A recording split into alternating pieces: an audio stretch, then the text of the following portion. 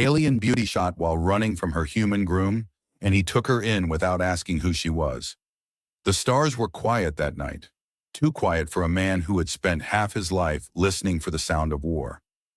Darren Holt moved like a shadow across the jagged cliffs of Talmaris Nanine, his boots crunching softly against mineral dust that glimmered faintly beneath the dying sun. The horizon stretched endless and barren, a desert of crimson rock and violet sand, broken only by spires of crystal that hummed faintly whenever the wind brushed past them. It was the kind of world men forgot existed, the kind where ghosts hid from their past. And Darren had plenty of ghosts.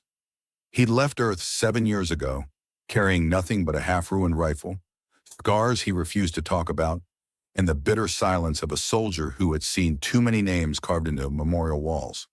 Now he lived alone in the wastelands of an alien planet no one bothered to chart properly. He traded ore, pelts, and water rights with passing caravans, spoke rarely, and hunted strange beasts that slithered through the cracks of Talmaris's poisoned canyons. It wasn't peace, but it was quiet, and quiet was the closest thing he allowed himself. Tonight, even that was broken. First came the streak of fire in the sky, thin, sharp, cutting across the firmament with unnatural speed. Darren paused on the ridge, shielding his eyes from the glare. It wasn't a meteor. He knew the difference. This was controlled descent, breaking atmosphere at just the wrong angle. A ship, small, damaged. He tracked its arc across the darkening sky until it disappeared behind a jagged plateau in the east. A heartbeat later, the ground shuddered faintly under his boots. Impact, Darren muttered under his breath, turning back toward the cave that served as his shelter. Not my business. But then, he heard it. A sound carried on the wind. At first he thought it was just the whine of the crystals vibrating in the cold. Then it came again, clearer this time. A cry. Faint, almost drowned by the rising night wind, but undeniably a cry. High-pitched, desperate, female. Darren closed his eyes. His instincts warred inside him. Walk away. That was the rule. He wasn't a soldier anymore. He didn't answer cries in the dark. But his legs betrayed him, moving before his thoughts caught up. Old habits die slow, and some don't die at all. He descended the cliffs fast, his rifle slung over his shoulder, his pulse steady as if preparing for a patrol. He'd promised himself he'd never walk again. The wreckage lay in a shallow basin carved out of obsidian rock. Smoke rose in blue curls, mingling with sparks from torn metal plating. The ship had been small, an escape shuttle or maybe a courier. Now it was nothing but a cracked hull, bleeding coolant into the dirt. And among the debris, tangled against a half-buried wing, lay a figure. For a moment, Darren thought it was just another corpse scattered by the war machines of the galaxy. Then the figure moved, weak, trembling, dragging itself across the ground. He approached cautiously, boots crunching glassy sand, hand brushing against the grip of his rifle. As he drew closer, he saw her. She wasn't human. Her body was tall and slender, wrapped in torn armor that shimmered faintly with bioluminescent veins. Her hair, or what resembled hair, spilled across the ground in strands of dark silver, glowing faintly where the firelight touched it, and her face, he couldn't see it. A mask covered her features, smooth and pale, etched with alien sigils that pulsed dimly like a heartbeat. She collapsed just as he reached her, one arm clutched against her side. Darren knelt, scanning the wound. A scorched hole burned through her armor, seeping fluid that wasn't quite blood, but shimmered like molten silver. He pressed 2 fingers against the side of her neck, half expecting nothing. Instead, a faint pulse fluttered against his skin. Weak, but there. The woman stirred. Her voice a rasp filtered through the mask. "No. Closer." Darren frowned. "You're bleeding out. If I don't—" Her gloved hands shot out, surprisingly strong, gripping his wrist. The mask turned toward him, the sigils flickering once. Her words came fractured, broken by pain, but sharp as a blade. If you see my face, you'll stop protecting me." The words froze him. Strange, terrifying, but there was no time to question. He was dying, and for all his vows to walk away from battles not his own, Darren Holt had never left anyone bleeding in the dirt. With a grunt, he pulled off his tattered cloak and pressed it against her wound, feeling the strange warmth of alien ichor soak into the fabric. He hoisted her over his shoulder, her weight lighter than expected, but awkward, her bioluminescent veins casting a ghostly glow across his chest. The journey back up the ridge was brutal. The basin's jagged walls tore at his legs. His breath came ragged, and every step reminded him that he was dragging old bones and older regrets up into the cold night. By the time he reached his outpost, a reinforced shelter built into the cliffs, his arms burned with fatigue. He kicked the door open with his heel, the rusted metal groaning, and carried her inside. The interior was sparse, a narrow cot, a stone furnace rigged with scavenged coils, racks of tools and weapons. It wasn't meant for guests, but it would have to do. He laid her on the cot, stripped away the smoldering shards of her armor, and saw the wound properly. The energy blast had gone clean through, missing vital organs but tearing muscle apart. The edges of the burns still smoldered faintly with alien plasma. "Hell," he muttered, reaching for his med kit. His hands moved with old familiarity, stitching and binding with practiced speed. He'd been a field medic before he was a soldier. Sometimes he hated how easily the skills returned. The alien woman thrashed weakly as he worked, her voice muffled through the mask. Words he didn't understand slipped out between sharp breaths. When he dabbed the wound with antiseptic, she cried out, her fingers clawing at the cot. "Easy," he said softly, pressing her shoulder down. "I'm not your enemy." Her breathing slowed, shallow but steady, as the makeshift bandages held. Darren leaned back, wiping sweat from his brow. Only then did he study her more closely. Beneath the layers of torn fabric and strange armor, her form was almost human, but finer, bones sharper, skin pale with a faint translucence that revealed glowing veins beneath. Her hands were delicate but calloused, in ways that suggested she'd known both luxury and survival. Then his gaze caught on her shoulder. A brand.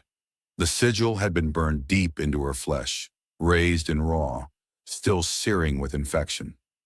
Not natural, not ritual. Ownership. Darren's jaw tightened. He'd seen marks like that before, where different shapes, different worlds, but always the same story. Men and women treated like cattle, property of someone with too much power. He'd sworn never to stand by and watch it again. She stirred faintly, her masked face turning toward him. Her voice was barely audible. "Why? Help me." He hesitated, then shrugged. "You were bleeding." That was enough. For a long moment, silence filled the room, broken only by the crackle of the furnace. Then her head tilted, as if studying him through the mask. "You don't know who I am," she whispered, "or who hunts me."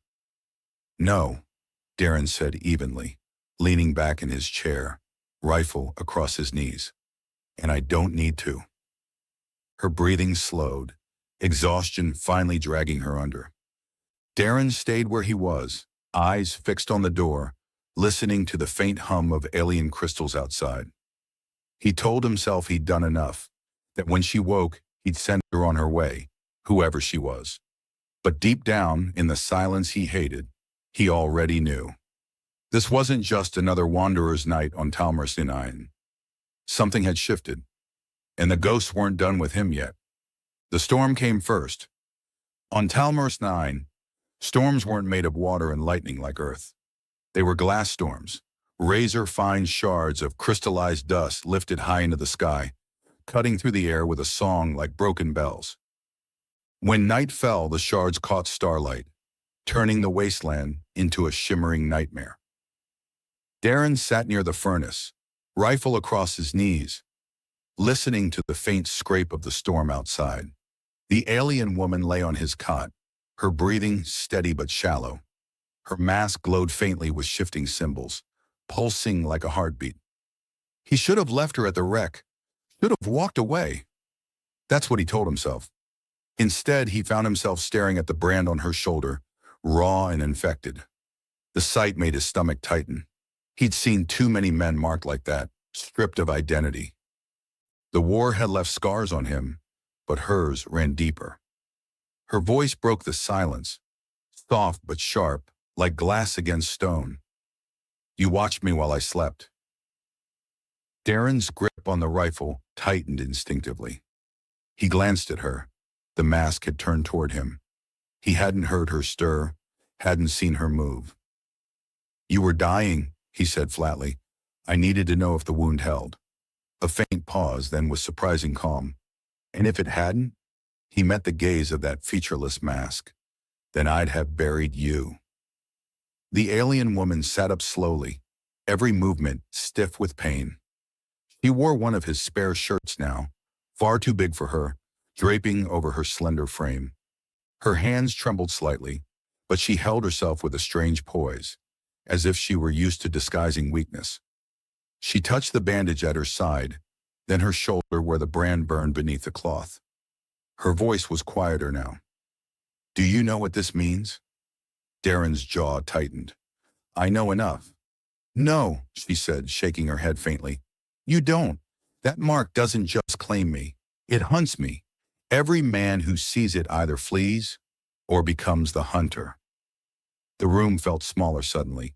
The hum of the storm outside pressed against the metal walls. Darren leaned back in his chair, studying her. You talk like you expect me to throw you out. Her head tilted. The sigils on her mask flickered. Why haven't you? He didn't answer at first. Instead, he reached for the pot hanging above the furnace, poured steaming water into a dented cup, and set it on the table between them. Drink, you've lost more than blood. For a long moment, she didn't move. Then slowly, she reached for the cup, her long fingers trembling slightly. She drank, silent, her throat working beneath the edge of the mask. When she finished, she set the cup down carefully, her voice barely audible. My name is Solara. Darren gave a small nod. Darren Holt. Something in the way she repeated his name, soft, tasting each syllable as if it were unfamiliar, made the hair on his arms stand up. You're not from here, she said at last. Neither are you, he replied dryly. Her silence was heavy, thoughtful. Then, you pulled me from fire. Why? He exhaled through his nose. I already told you. You were bleeding. No, she said firmly, leaning forward. That's what you said, not why. Darren stared at the fire. The truth caught in his throat. Because I've buried enough already. Because I couldn't walk away this time. Because the war left me hollow, and maybe saving you fills the cracks for a night. Instead, he muttered, Guess I'm not very good at minding my own business. A faint laugh escaped her, startling in its softness. The mask tilted as though she were studying him. You're strange, human. You have no idea, he muttered. Silence settled again, broken only by the storm's crystal song outside. Darren found his eyes drawn again and again to her mask, wondering what it hid, wondering why her first words to him had been a warning. Finally, he asked, Why wear it? Her body went still. For a moment, he thought she wouldn't answer. Then she whispered, almost too quiet to hear, Because if you saw my face, you'd stop protecting me. The words hit him like a cold blade. He didn't press. He didn't need to. Something in her tone, the weight of it, told him she wasn't lying. Outside, the storm howled harder, rattling the metal walls. Inside, the small outpost felt like a cage of ghosts. Solara's strength began to fade. She slumped back against the cot, her breathing ragged. Darren rose, pulled another blanket over her, and adjusted the furnace. For a brief moment, her gloved fingers brushed his wrist. You should leave me, she murmured, drifting towards sleep. They'll come. They always come.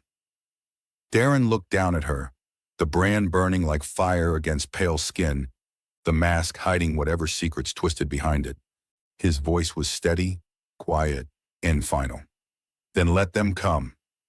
Dawn broke pale and brittle, the storm scattering into silence. The desert shimmered under weak starlight, glass dust settling into soft drifts across the cliffs. Solara was awake when Darren stirred, sitting on the edge of the cot with the blanket wrapped tightly around her. She looked fragile and unbreakable all at once, her masked gaze fixed on the horizon beyond the window slit. "Do you hear them?" she asked suddenly. Darren frowned. "Hear who?" "The hunters." He froze, his instincts sharpened instantly, the soldier in him roaring awake. He rose, checked the rifle leaning against the wall, and scanned the ridges through his cracked scope. Nothing but silence. Nothing but wind. But Solara's voice was certain.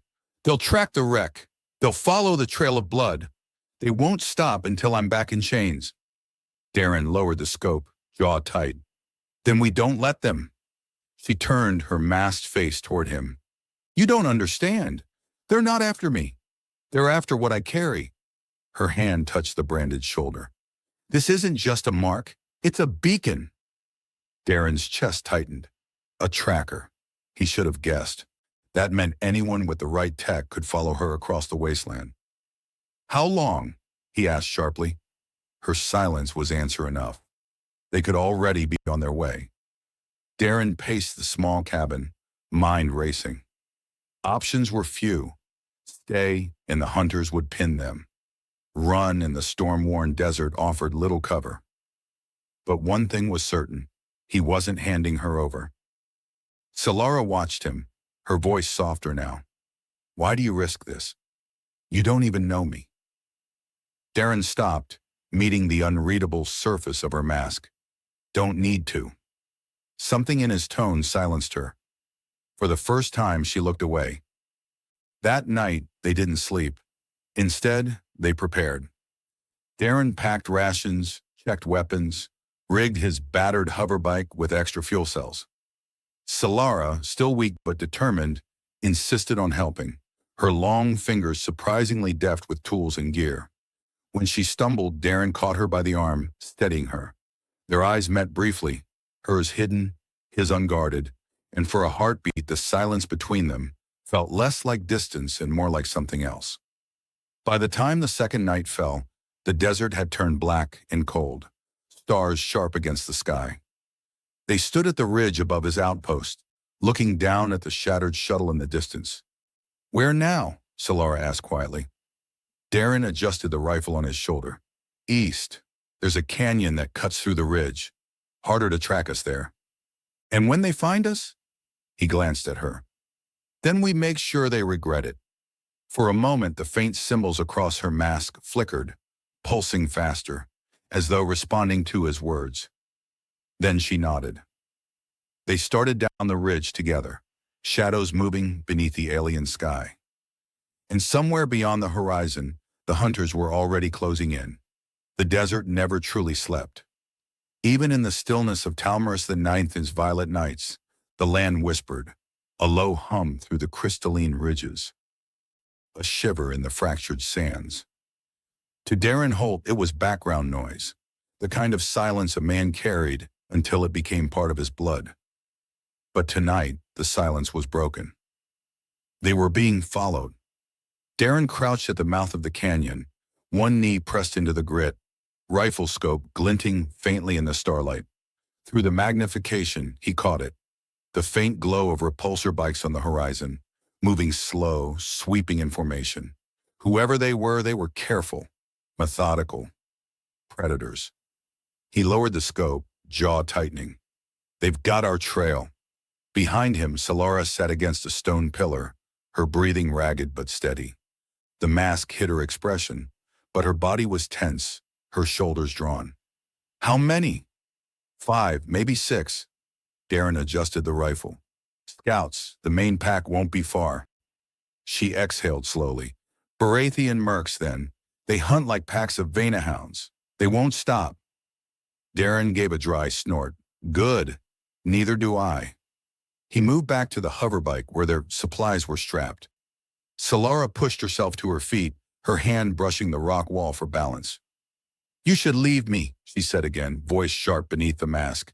I told you, the mark calls them. They'll follow me to the edge of this galaxy. Darren ignored her, checking the fuel cells. You keep saying that like you're trying to convince me. And you keep ignoring me, she snapped. He paused, met the unreadable mask. Because you're still here. And so am I. For a moment, silence stretched between them, heavy as stone. Then Solara turned away, fists tightening.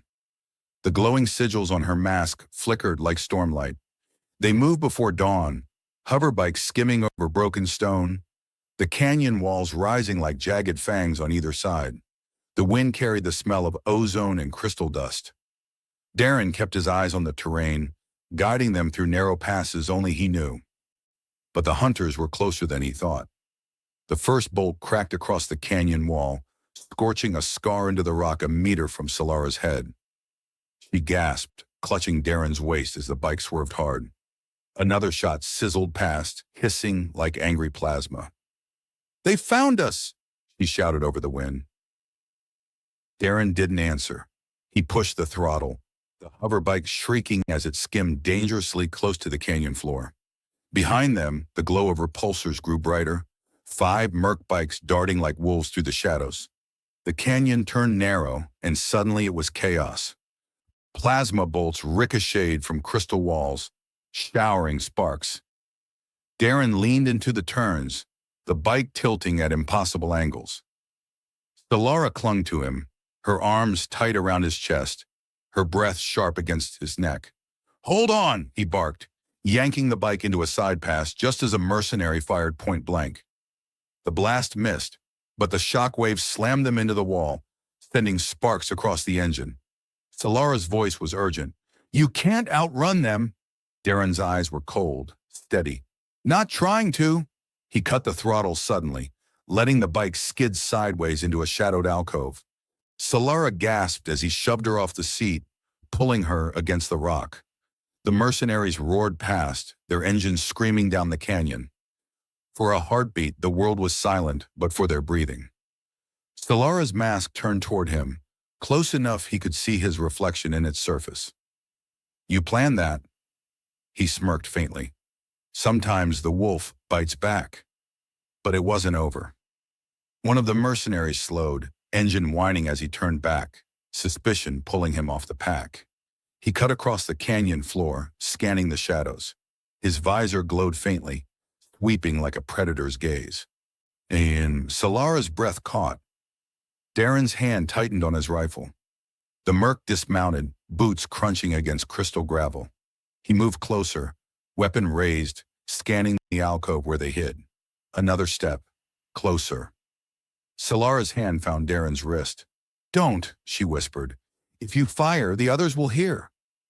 He didn't answer. The mercenary was less than 10 meters away now, his visor light sweeping across the stone. Any second, he'd see them. Darren made his choice. He moved like a shadow, rising from the alcove in silence. Before the mercenary could react, Darren slammed the butt of his rifle into the man's helmet, shattering the visor. The Merc stumbled back, choking a cry. Darren's knife flashed, quick and final, and the man crumpled soundlessly to the ground. Solara stared, her body trembling. For a long moment, she couldn't look away from the still form at Darren's feet. "You killed him," she whispered. Darren's voice was calm, almost cold. "Better him than us." She shivered, but then slowly she nodded. "Yes, better him." Her acceptance surprised him, but he saw it, the way her hand brushed the brand on her shoulder, the way her mask tilted as though she carried more ghosts than he did. She knew what it meant to survive. They dragged the mercenary's bike into the shadows, stripped it for power cells, and moved on. The rest of the pack would circle back soon, but they had minutes, maybe an hour. Solara spoke quietly as they rode. "The mark they burned into me, it isn't just a tracker. It's a claim. My people see it, and they know I'm no longer mine." Darren's jaw tightened. "Your people did this?" Her silence stretched, heavy with shame. Then she nodded. "Yes, my house, my groom." The word was bitter. "I refused him, refused to bend, So they burned me, made me theirs, or tried to. She turned her masked face toward him. Do you understand now why I said you'd stop protecting me? Darren's voice was steady. I understand why you think that. Doesn't mean you're right. Her breath caught faintly, as though his words struck something fragile inside her. By nightfall, they reached the high cliffs overlooking the obsidian plains. The stars burned bright, scattered across the alien sky. They set camp in the shelter of a broken spire, the bike hidden beneath crystal debris. Darren built a fire carefully shielded from the open plain. Solara sat across from him, the firelight flickering across her mask, painting her in shifting shadows. She studied him for a long time, silent. Finally she spoke. In my tongue, your kind are called HFY. It means those who burn but do not break. Darren raised an eyebrow. That's one way of putting it. You fought in your war, she continued. I can see it in you. The ghosts never leave, do they? His hands stilled over the fire. Memories flashed, smoke, screaming, the weight of blood. He didn't answer. He didn't need to. Solara's voice softened. That's why you helped me, because you couldn't walk away from another ghost. He looked at her, really looked. The mask still hid her face, but the way she sat, the way her voice trembled faintly, it was enough. Maybe, he admitted quietly, or maybe I just don't like bullies. For a long moment, they sat in silence, fire crackling between them. The night stretched infinite above, the desert vast and merciless.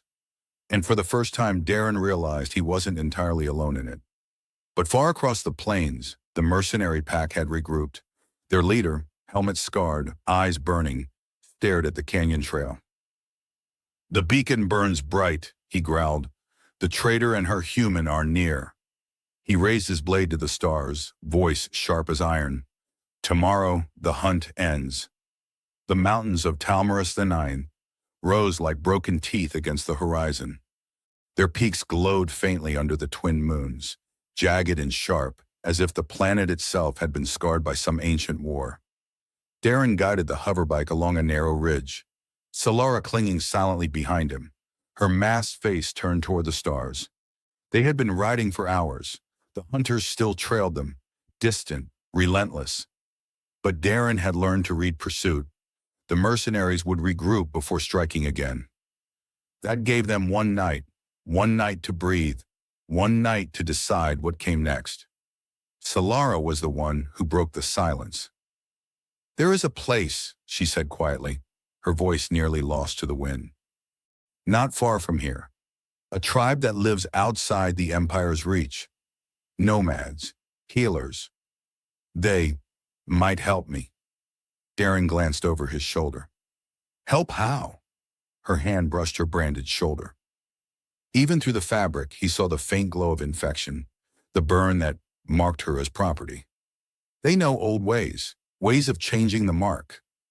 Darren tightened his grip on the controls. He didn't like the sound of it. Old ways usually meant blood, fire, or worse. But Solara's voice carried a fragile hope he hadn't heard before.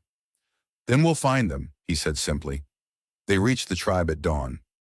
The nomads were strange, tall figures wrapped in layered robes of woven crystal fibers. Their encampment shimmered like a mirage in the canyon basin, tents glowing with faint bioluminescent threads.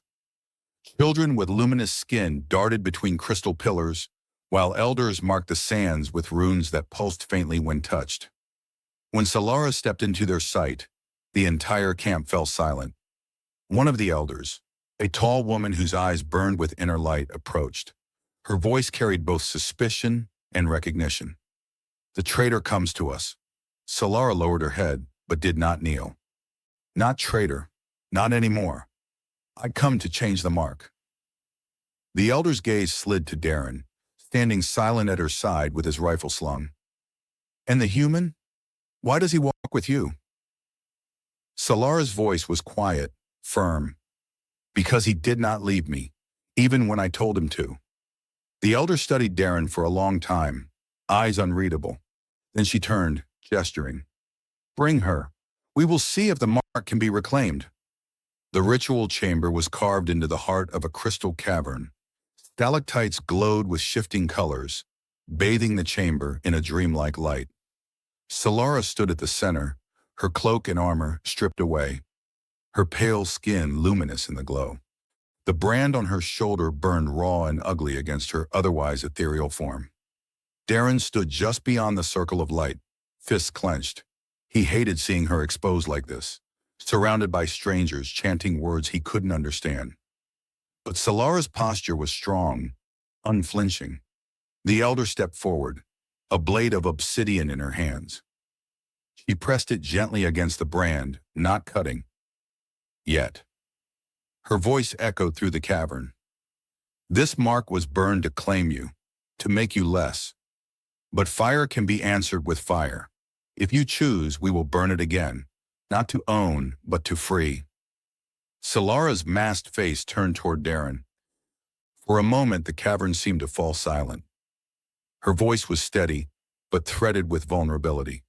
Stay with me. Darren's throat tightened. He nodded once. Always. She removed the mask. For the first time, he saw her face. Her features were delicate, almost human, but finer. Cheekbones sharp, lips pale as moonlight, eyes vast pools of glowing silver. Yet it wasn't beauty alone that stole his breath. It was the pain etched into her expression, the scars hidden behind grace, the defiance that had survived chains. And in that moment, Darren understood her warning.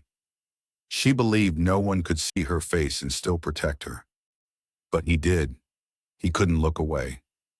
You're not what they made you, he said quietly. Not what they burned into you. You're more. Something in her eyes cracked, an emotion sharp and raw. She nodded faintly, then turned back to the elder. I am ready. The ritual was brutal. The elder pressed the obsidian blade to Solara's brand. Fire lanced across her skin, white hot, and she bit back a cry. The nomads chanted louder, their voices echoing against the crystal walls. The brand's glow flared, burning bright as if alive. Darren stepped forward instinctively, but Solara raised her hand, stopping him. Her eyes locked on his, shimmering with tears, fierce with determination. Don't, she whispered. I need this. He forced himself still, every muscle screaming to pull her away. The elder carved carefully, each stroke transforming the old sigil into new shapes. The smell of burned flesh filled the air. Solara's breathing turned ragged, her body trembling. But she did not fall. She endured. At last the elder stepped back. Where the brand had once burned as a symbol of ownership, now a new mark glowed, a swirling pattern of light, alive with bioluminescent veins. Not a brand, a tattoo, a choice. Solara staggered, sweat streaking her pale skin. Darren caught her before she fell, pulling her against him. Her voice was hoarse, but steady. It's mine now, my mark, not theirs. He held her silent, his chest tight with something he hadn't felt in years. Pride, relief, something deeper. The elder's voice broke the moment.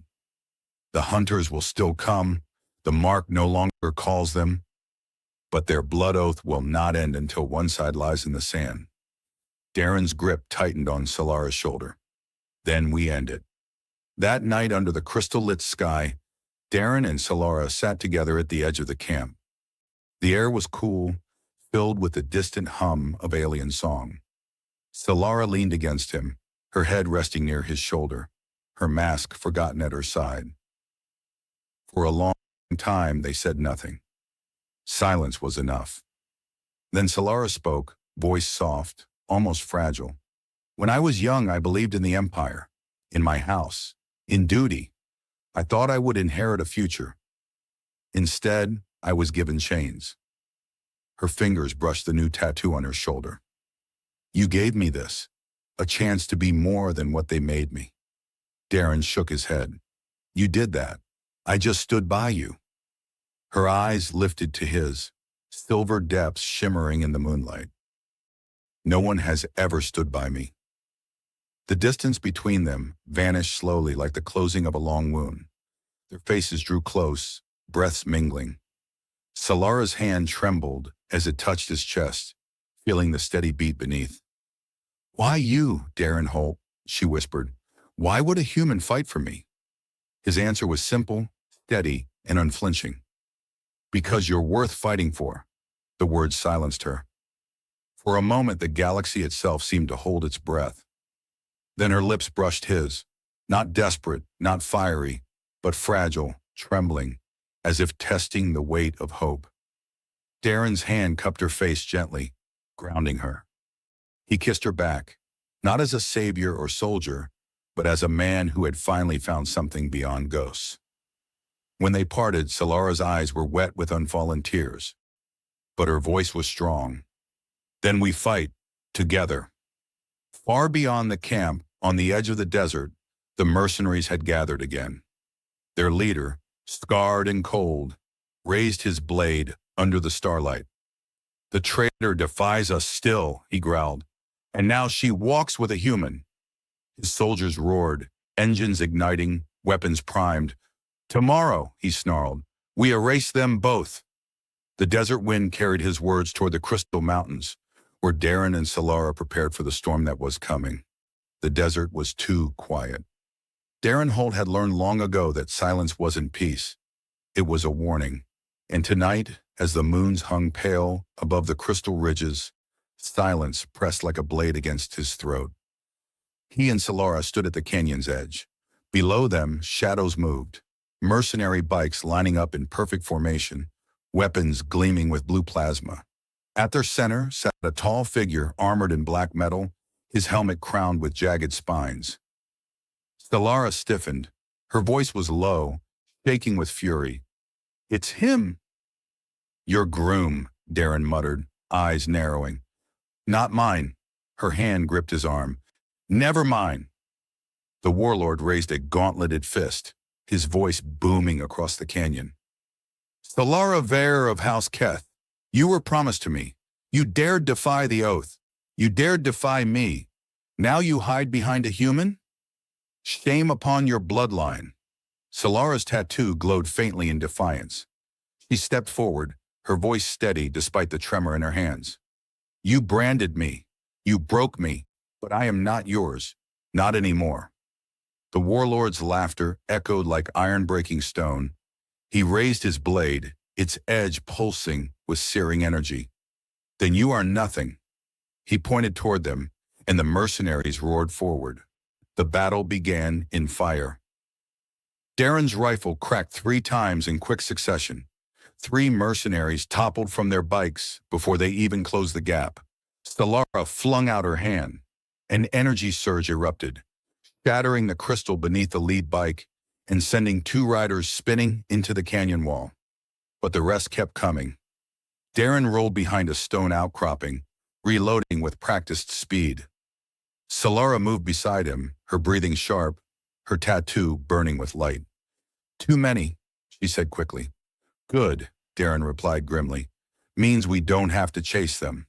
Plasma blasts lit the canyon, carving molten scars into the stone. Darren ducked low, his rifle answering each shot with merciless precision. One merc tried to flank them.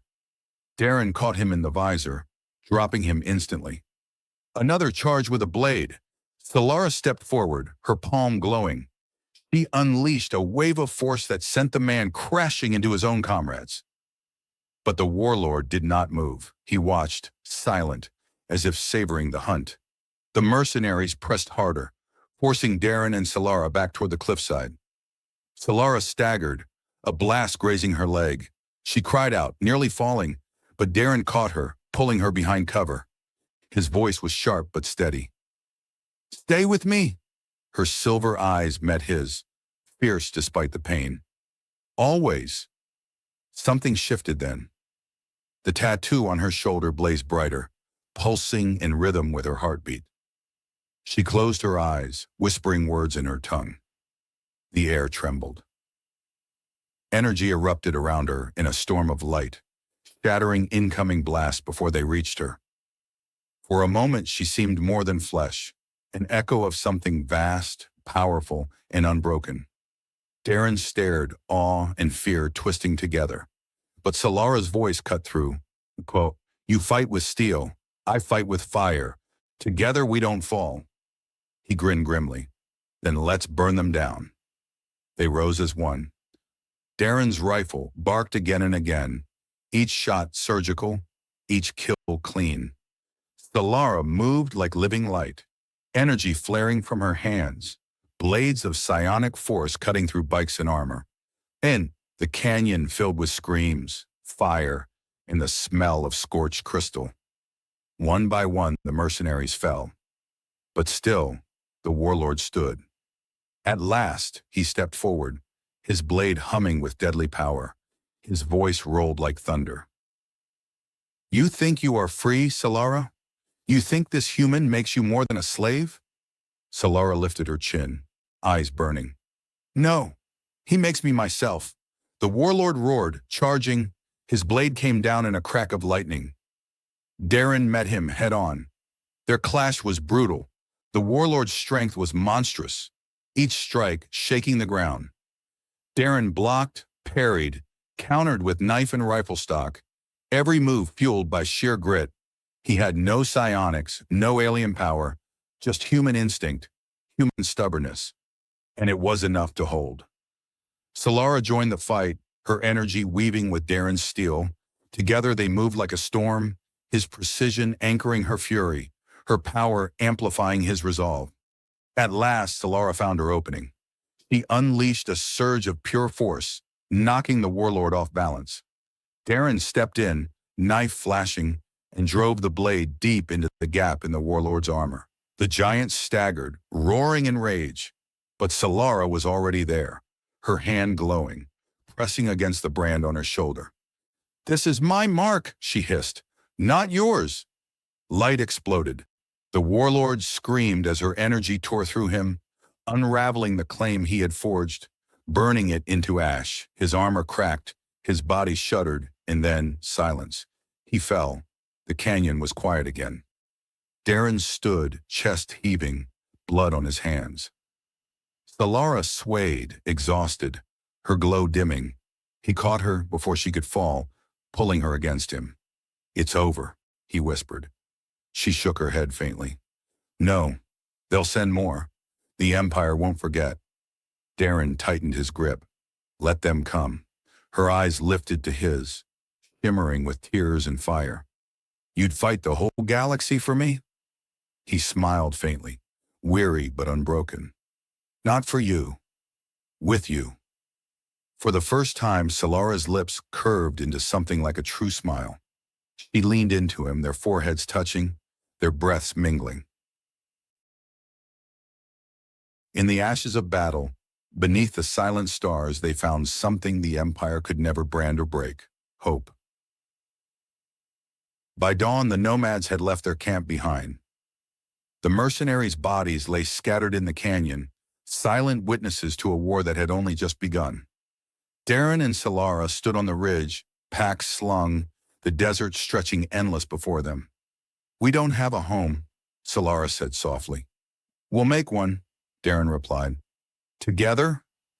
He glanced at her, his scars lit by the rising sun, her tattoo glowing faintly with new strength. "Together," he said. And with that, they walked into the horizon, two exiles bound not by chains but by choice, human grit and alien fire, side by side against the galaxy.